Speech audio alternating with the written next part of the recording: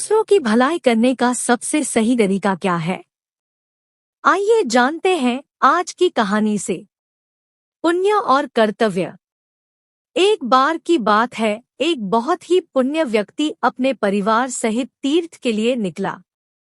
कई कोस दूर जाने के बाद पूरे परिवार को प्यास लगने लगी। ज्येष्ठ का महीना था, आसपास कहीं पानी नहीं दिखाई पड़ रहा था। उसके बच्चे प्यास से व्याकुल होने लगे। समझ नहीं आ रहा था कि वो क्या करे। अपने साथ लेकर चला गया पानी भी समाप्त हो चुका था।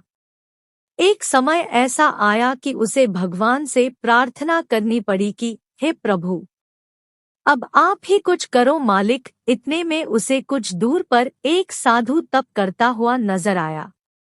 व्यक्ति ने उस साधु से जाकर अपनी समस्या बताई। साधु बोले कि यहाँ से एक कोस दूर उत्तर की दिशा में एक छोटी दरिया बहती है, जाओ जाकर वहाँ से पानी की प्यास बुझा लो। साधु की बात सुनकर उसे बड़ी प्रसन्नता हुई और उसने साधु का धन्यवाद किया। पत्नी एवं बच्चों की स्थिति नाजुक होने के कारण वहीं रुकने के लिए बोला और खुद पानी लेने चला गया। जब वो दरिया से पानी लेकर लौट रहा था तो उसे रास्ते में 5 व्यक्ति मिले जो अत्यंत प्यासे थे। पुण्य आत्मा को उन 5 व्यक्तियों की प्यास देखी नहीं गई और अपना सारा पानी उन प्यासों को पिला दिया। जब वो दोबारा पानी लेकर आ रहा था तो 5 अन्य व्यक्ति मिले जो उसी तरह प्यासे थे। उस पुण्य आत्मा ने फिर अपना सारा पानी उनको पिला दिया। यही घटना बार बार हो रही थी और काफी समय बीत जाने के बाद जब वो नहीं आया तो साधु उसकी तरफ चल पड़ा। बार बार उसके इस पुण्य कार्य को देखकर साधु बोला, हे पुण्य आत्मा, तुम बार बार अपना बाल्टी भरकर दरिया से लाते हो और किसी प्यासे के लिए खाली कर देते हो।